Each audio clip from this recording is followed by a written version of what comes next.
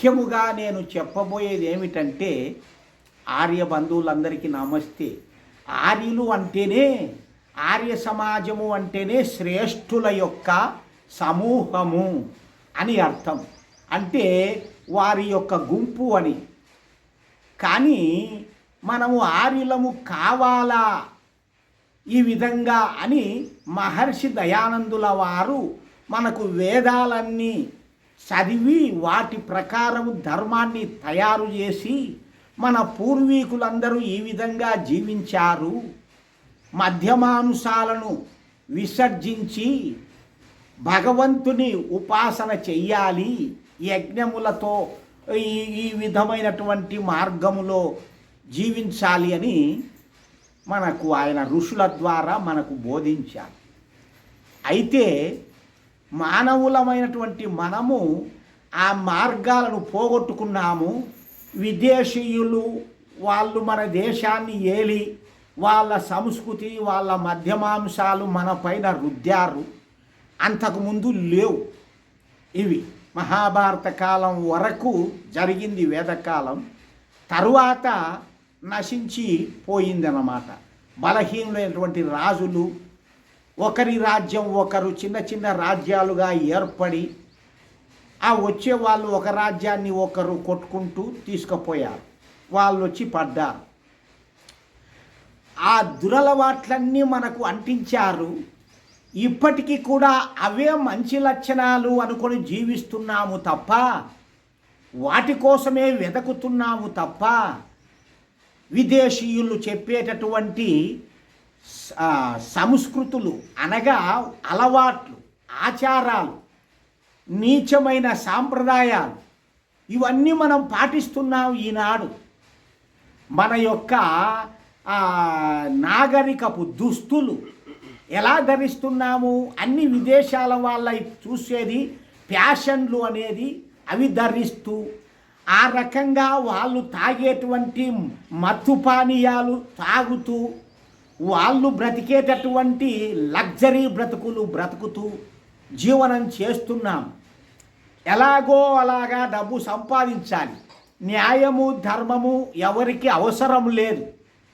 న్యాయంగా సంపాదించాలి. సంపాదించిన వాటిలో భగవత్ సత్కార్యాలకు కొంచెము ఖర్చు పెట్టాలి అనే త్యాగభావము లేదు. ఎంతైనా సరే దోచుకోవాలి, ఎంతమంది అయినా సరే హింసించాలి, ఎన్ని ప్రాణులనైనా చంపాలి, అప్పుడే మన సాంప్రదాయం బాగుంటుంది అనే మార్గంలో వెళుతున్నారు. హిందువులు మాత్రమే ఇంతటి హీనస్థితిలో ఉన్నారు, ఏ జ్ఞానము లేకుండా. ఇతర మతాల వాళ్ళు వారి యొక్క మతానుసారంగా ఉన్నది ఉన్నట్లు వాళ్ళు ఆచరించుకుంటున్నారు. మన మతములో ఏ జ్ఞానము లేదు, చెప్పేవాడు లేడు, అదుపు ఆజ్ఞలు పెట్టేవాడు లేడు, ఇష్టానుసారంగా జీవిస్తున్నారు. ఇప్పటికీ కూడా క్రిస్టియన్లు ఎంతమందినో మన వాళ్ళను తీసుకొని వాళ్ళ మతంలో కలుపుకుంటున్నారు. వాళ్ళని ఎవరినైనా ఒకరిని తెచ్చారా? చూడండి, ఒక్కరిని కూడా తేలేదు. చేత కాదు, వాళ్ళు ఉండడానికే చేత కాలేదు హిందువులు. వీళ్ళే వాళ్ళకు పోతా ఉంటే అది బాగుంది అని ఇక వాళ్ళని ఏ విధంగా తెస్తారు? వాళ్ళు రారు. హిందువులు, క్రిస్టియన్లు కానీ ముస్లింలు కానీ ఒక్కడు రాడు. ఎందుకంటే వాళ్ళ మతం ఆ విధంగా బోధించి కట్టేసింది. మన మతం చూసామా, ఎప్పుడో ఒకసారి ఈ యజ్ఞం కాడికి రారానైనా దేవునికి ప్రార్థన చేయాలంటే దానికి కూడా రారు. ఇంత హీన స్థితిలో ఉన్నారంటే నాకు బాధలేస్తూ ఉంది.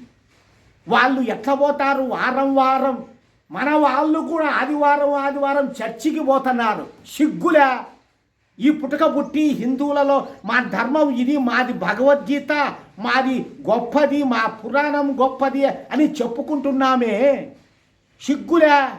మరి వాళ్ళు ఎవరన్నా వస్తున్నారా? సత్యమైనటువంటి వేద మార్గము తప్ప మరొకటి లేదు.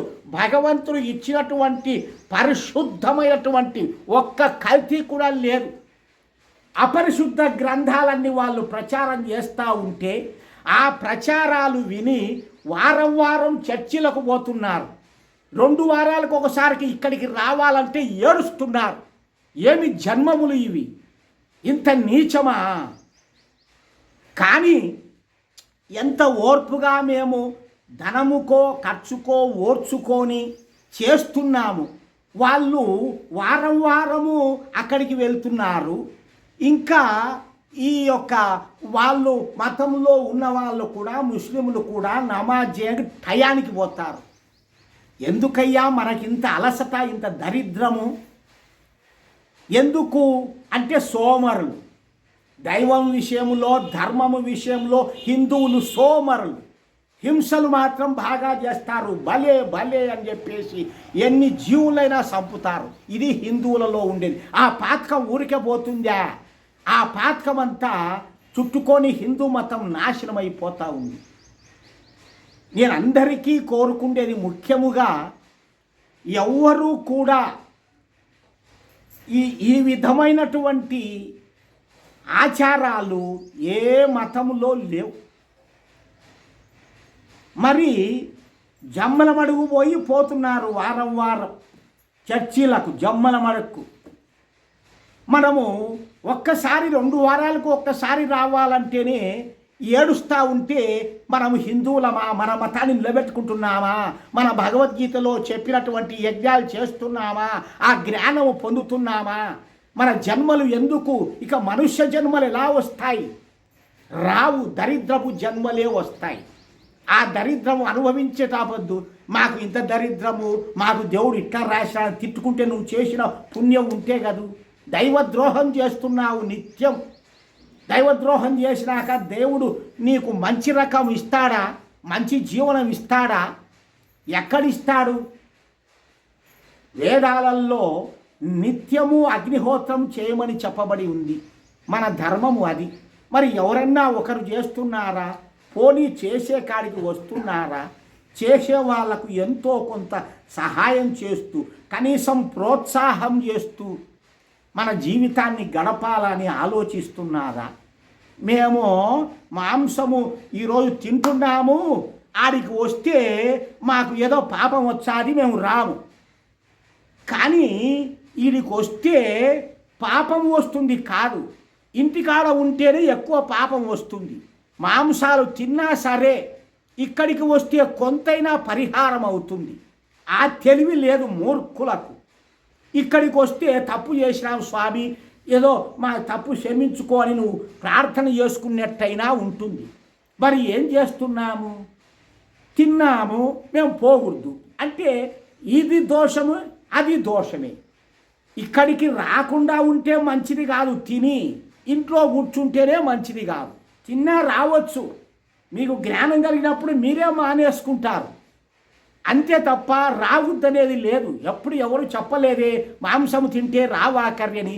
మీ కొద్దీ మీరు ఎందుకు మానుకుంటున్నారు? ఎందుకు రాకుండా మానుకుంటున్నారు? అంటే దేవుడు అంటే భయం. అడిగి పోతే ఏమో అంటే మీ ఇంట్లో దేవుడు లేడా? అంటే మీరు శ్మశానంలో ఉన్నారా? దేవుడు లేడు మీ ఇంట్లో. మరి ఎందుకు లేరు మీకు ఇంట్లో? దేవుడు లేకుంటే బతుకుతారా? ఏమన్నా ఇది మాటలేనా? ఇటువంటి పరిస్థితిలో బ్రతుకుతూ ఉంది సమాజం అంతా. కానీ ఎవడో పిలిస్తే, పరాయి మతస్థులు పిలిస్తే పోతారు. ఎంత నీచము ఇది! ఈ రకంగా వారం వారం పోతున్నారంటే మనకు హిందువులు వీళ్ళ, హిందూ మతం ఇదా? సిగ్గులేని హిందువులు. నన్ను అడిగితే ప్రతి ఒక్కరిని, హిందువులందరినీ కూడా కలిసి తిడుతూనే ఉంటాను ఈ రకంగా. అంతంత కోపం వచ్చాది. ఏమయ్యా అంత న్యాయమా? కాబట్టి ప్రతివారు కూడా నా ఆకాంక్ష భగవద్గీతను చదవాలి, తెలుసుకోవాలి. అందులో ఏమి చెప్పాడు? ఈ జ్ఞానం ఏమాత్రము అవసరం లేదా? మానవ జన్మకు జంతువుల్లాగా బ్రతకాలా? కొంతమంది అన్నారు, వెంకట చాగంటి గారికి ఒక ప్రశ్న వేసినారు. ఒకడు వేశాడు, ఏమని? ఇలాగా ఈ మనుషులుగా పుట్టడము, ఈ మంచి చెడ్డ అన్ని ఎతుకులాడుకోవడము, మంచి పనులు చేయాలి, చెడు పనులు మానుకోవాలి, ఇవన్నీ ఎందుకు? దీనికంటే జంతువుగా పుడితేనే మేలు కదా. హాయిగా అడవిలో తినొచ్చు, గడ్డి గాదము ఆకులు అలుము, బతికెన్నాళ్ళు దర్జాగా బతకచ్చు, ఏమీ ఉండవు అని తరువాత ఏదన్నా ఒక జంతువు, భయంకరమైన జంతువు పడితే తినిపోని చచ్చిపోతాను, ఆడికి శీతలం పోతాను అని కూస్తున్నాడు వాడు వ్యధవ. అంటే ఈ ప్రశ్నకు సత్యార్థ ప్రకాశంలో ఏమిచ్చాడు దయానంద సరస్వతి అంటే, ఈ యొక్క సృష్టి ఎందుకు పుట్టించాలి అనే ప్రశ్న, దేవుడు ఎందుకు పుట్టించాలి, ప్రజలకు ఇన్ని కష్టాలు, ఇన్ని పనులు ఎందుకు చెప్పాలి అని. అంటే ఈ ప్రశ్న ఎవరు వేస్తారు అంటే అలసులు, సోమరులు అన్నమాట. సోమరులు దరిద్రులు. ఈ దరిద్రులు వేస్తారు ఈ ప్రశ్నలు. ఎందుకంటే వాడికి పని చేయను బరువు, బాగుపడదామంటే మనసు వినదు, బాగుపడలేడు, మంచిదావకు రాలేడు. ఇవన్నీ ఎందుకు జనాలు జలసాగా తిని జలసాగా ఎప్పుడో పరి సత్యపోతాము, ఇంకా సుఖము పుణ్యం అవసరంలే అంటున్నారు. కానీ మానవ జన్మలో ఎన్ని రకాల సుఖాలు పొందుతున్నాడో తెలుసుకున్నారా ఎవరైనా? ఎన్ని రకాల సుఖాలు పొందుతున్నాడు? మానవ జన్మలో పిల్ల పుట్టించి తల్లిదండ్రుల ప్రేమ పొందుతాడు. ఏ జంతువైనా సృష్టిలో తల్లిదండ్రుల ప్రేమ పొందుతా ఉందే. కొంత పిల్లలైతే తంతాయి, పంపించాయి. తరువాత పెళ్ళి చేసుకుంటాడు, భార్యను తెచ్చుకుంటాడు, పిల్లల్ని సంతానం కంటాడు. భార్య అనురాగము, భర్తల యొక్క సంతోషము, పిల్లవాళ్ళ యొక్క మోజులు, ఆ కుటుంబము పెద్దయినా కూడా అల్లుళ్ళు, బిడ్డలు, కొడుకులు, మనమన్లతో ఎంతకాలము వాడు సంతోషాన్ని అనుభవిస్తాడు. ఇంతటి సంతోషము ఏ జన్మకైనా ఉందా? వేరే ఏ జన్మలకైనా ఉందా? ఏ జన్మలకు లేదు. ఇది తెలుసుకోవాలి. ఈ సంతోషాలన్నీ ఒక్క మానవ జన్మలోనే పొందేది. మంచిని కోరుకుంటాడు, రోగం వస్తే హాస్పిటల్ పోతాడు, మందు వాడతాడు, ఆ రోగం బాగా చేసుకుంటాడు. దానికి కాలు ఇరిగినా, చెయ్యి ఇరిగినా, రోగం వచ్చినా ఎవరిని అడుగుతుంది? ఆకలి అయితే ఎవరిని అడుగుతుంది? ఏ విధంగా బ్రతుకుతుంది? అటువంటి జన్మ కావాలని కోరుతున్నారు సోమరిపోతులు. పురుషార్థము, జీవుడు పుట్టిందే పురుషార్థము. జీవుడు ఈ యొక్క పనులన్నీ సాధించుకొని భగవంతుడి దగ్గరికి సుఖం పొందుతావు రారా, మోక్షానికి రారా అని పరమాత్ముడు చెబుతున్నాడు. ఇవన్నీ ఎందుకు అని మూర్ఖులు ఏదో ఒక జంతువుగా పుట్టిపోయి సత్యముంది బ్రతుకుతావు, కోమాలో బ్రతికినట్టే. నీ బ్రతుకు కోమాలో బ్రతికేవాడు ఏం చేస్తాడు? ఏ రుచి అనుభవిస్తాడు? ఏ సుఖం అనుభవిస్తాడు? ఏదో టయానికి ముక్కులో గొట్టం పెట్టి పాలు వచ్చే పీకుతాడు, లేకపోతే వదిలేస్తే పోయకుంటే ఊరికబడి చచ్చింటాడు. వాడు ఏ సుఖం పొందుతాడు? ఏ ఆనందం పొందుతాడు? భార్యాభర్తల సంసారం, సుఖము, పిల్లలు, జల్లలు, ఇదంతా ఎవరి ఆనందం? ఎంతకాలం పొందుతావు? 70 ఏళ్ళు 80 ఏళ్ళు వచ్చా కూడా పిల్లల్ని వదిలిపోకుండా, సంసారాన్ని వదిలిపోకుండా చూసుకుంటూ నా పిల్లలను బతాది ఏ జంతువు కన్నా ఉందా? ఇటువంటి మానవ జన్మను పోగొట్టుకొని కేవలము మాంసాల కోసం తప్ప ఇంకా ఏమైనా ఉందా? ఆ శవాలు తిని ఆ శవాలను జీర్ణించుకొని శవాలుగా మళ్ళీ మీరు పుడతారు. ఇది యథార్థమైన గాథ. శవము కాక అది ఏమవుతుంది? చచ్చిన దాన్ని తింటే శవము కాదా? దాంట్లో శక్తి ఎట్లొస్తుంది? ఈ శవాలను పెంచి పోషించే వాళ్లకు, ఒక చంపే వాళ్లకు, తినే వాళ్లకు, వడ్డిచ్చే వాళ్లకు, వండే వాళ్లకు, వీళ్ళందరికీ పాపులే అవుతారు. వీళ్ళందరూ కూడా పశుపక్షాదులు, క్రిమికీటకాదులుగా, బొద్దెంకలు, నల్లు, బల్లులు, రకరకాల క్రిములుగా పుడతారు తప్ప మానవ జన్మ శూన్యం వీళ్ళందరికీ కూడా. కాబట్టి ఈ జన్మలో తిని బ్రతుకుతున్నాము అనుకున్నా, ఆయా మతాల్లో వేరే జన్మలు లేవు. పుట్టడం స్వర్గానికి పోతామా, నరకానికి పోతామా అంతే. పాపాలు చేసే నరకానికి, పుణ్యం చేసే స్వర్గానికి. ఈ రకంగా వాళ్ళు మరి ఈ ముస్లింలు అయితే ఏం చెప్తారు? వాళ్ళు అక్కడికి పోతే మంచి మంచి సుందరమైన స్త్రీలు, మాకు పుణ్యం చేస్తేనక స్వర్గములో ఆనందాలు పొందుతూ అనుభవించుతూ ఉంటామని వాళ్ళ ఖురాన్లో ఉన్నారు. మరి వీళ్ళు పుణ్యము చేసి అక్కడికి పోతే వాళ్లకు సుందరమైన పురుషులు కావాలి కదా. అక్కడ ఈ జ్ఞానం లేదా అంటే అందుకేనేమో వాళ్ళు పుణ్యము చేయకుండా కొంపలో పెట్టి బురకాలేసి బీగం వేసినారు. బయటికి పోయి ఏ పుణ్యం చేయకోకుండా, పుణ్యం చేస్తే ఇల్లు పోతారేమో అని. ఏమయ్యా ఇంతటి ఘోరమైనటువంటి అన్యాయము వెంకటసాగరెడ్డి గారు చెప్తున్నారు. అక్కడ ఆఫ్ఘనిస్తాను స్త్రీల గతి ఎంత ఘోరంగా ఉందంటే అంత ఘోరంగా ఉందని చెప్తున్నాడు. ఈ రకంగా బాధ పెట్టి వీళ్ళు ఏం మనుషులుగా పుడతారా, ఎన్ని నరకాలు అనుభవించాలనో ఏ ప్రభుత్వం కూడా అక్కడ ఎవరిని వాళ్ళను అడ్డుకోలేకుండా ఉండాలి. ఆ యొక్క ప్రభుత్వాలను ఈ రకంగా నాశనమై కోరి నరకాన్ని తెచ్చుకుంటున్నాము తప్ప మనం పుణ్యాన్ని తెచ్చుకోవడం లేదు అని ఈ విధంగా వాపోతున్నారు గొప్ప వాళ్ళందరూ కూడా. మన యొక్క హిందూ సమాజమే ఇంత నీచ స్థితికి దిగజారిపోతూ ఉంది అని. కాబట్టి అందరికీ చెప్పడం ఏమిటంటే, ఒక ఆయన అక్కడ 60 లక్షలు పెట్టి ఖర్చు పెట్టి యజ్ఞం చేశాడు ఈ మధ్యన. అక్కడ ఇంతకుముందు చెప్పానేమో, ఇక్కడ చెప్పలేదా, అక్కడ ఏలూరు ప్రక్కన మందలూరు అనే గ్రామంలో, ఆయనది ఈ ఊరు కాదు, మళ్ళీ అక్కడ విదేశంలో ఉన్నాడు, అంటే ఆయన సొంత ఊరు అంతే, విదేశాల్లో ఉన్నాడు. అక్కడి నుంచి డబ్బు తీసుకొని వచ్చి ఆ ఊరు వాళ్ళతో కొంచెము ఏదో అందియడము చేయడము ఇటువంటి పనులకు పిలుచుకొని ఒక ఆయన్ను నరసింహ శర్మ అనే ఒక బ్రాహ్మణాయన్ని పిలుచుకొని వారం రోజులు 60 లక్షలు ఖర్చు పెట్టి పుణ్యం కోసం చేశాడు. పుణ్యం కాకపోతే ఏమొస్తుంది? ఎంతో కాలుష్యం తగ్గించి పోయాడు, గొప్ప పేరు వచ్చింది. ఆయన ఖర్చు పెట్టి చేసి పుణ్యము కావాలంటే ఒక్క వేద మార్గంలో డబ్బు ఖర్చు పెడితే ఎంత పుణ్యమైనా వస్తుంది. కానీ ఇతర పిసినారి మార్గాల్లో రాదు. ఏ మార్గాలు చూసినా వాళ్ళకు పుణ్యం వచ్చే మార్గమే లేదు. అంత ఉత్కృష్టమైనటువంటి వేదము, ఈ యొక్క మార్గము అంత ఉత్కృష్టమైనది. డబ్బు పెడితే ఎంత పుణ్యమైనా సంపాదించవచ్చు. లక్షలు కోట్లు ఉన్నవాళ్ళు గొప్ప గొప్ప యజ్ఞాలు చేయండి, ఎంతైనా అంత పుణ్యం వస్తుంది. కానీ వాళ్ళ మార్గాల్లో పుణ్య ఫలమే లేదు. ఎవరికైనా ఒక మంచి పని చేస్తే, ఒక రోగిష్టుని బాగా చేర్చానో, ఒక సేవలు చేర్చానో అంతో ఇంతో వస్తుంది వాళ్ళకంతే తప్ప వాళ్ళ మతాల్లో ఇక ఇటువంటి పుణ్యాలు చేసేటివి లేవు. అటువంటి ఉత్కృష్టమైనటువంటిది మన మతం. హిందువులు ఈ మతం ఏమిటి మీద ఆధారపడింది? భగవద్గీత. భగవద్గీత అంటే ఎక్కడ వేదము నుంచి వచ్చింది.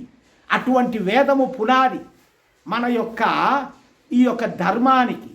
అటువంటి ధర్మాన్ని వదిలిపట్టి నీచమైనటువంటి మతాలకు వెళ్ళి ఇక పాపులు కావడమే తప్ప మీరు పుణ్యము సంపాదించుకోలేరు, పుణ్యము రాదు మీకు. కాబట్టి ఇది దోసుకునే వాళ్ళు దోసుకోవడము, సంపాదించే వాళ్ళు సంపాదించుకోవడం, స్వార్థము, నిండా స్వార్థముతోనే తప్ప ఈ స్వార్థ బుద్ధులు హింసా ప్రవృత్తితో ఈ హింసా మార్గాలన్నీ పాటించుతూ స్వార్థం పెంచుకుంటూ పాపాలను సంపాదించుకుంటున్నారు తప్ప పుణ్యాన్ని ఒక్కరొంత కూడా పుణ్యాన్ని సంపాదించుకునేటువంటి మార్గాలే లేవు. అటువంటి ధర్మాల్లో మనం జీవిస్తున్నాము ఈనాడు, నికృష్టమైన ధర్మం. కాబట్టి ఎవడో వచ్చినవాడు ఆర్య సమాజ ధర్మము వేద ధర్మము తెలుసుకున్న వాళ్ళు ధన్యులవుతారు, మళ్ళీ మానవులుగా పుడతారు తప్ప మిగతా వాళ్ళెవరు మానవులుగా పుట్టరని వేదం చెబుతుంది.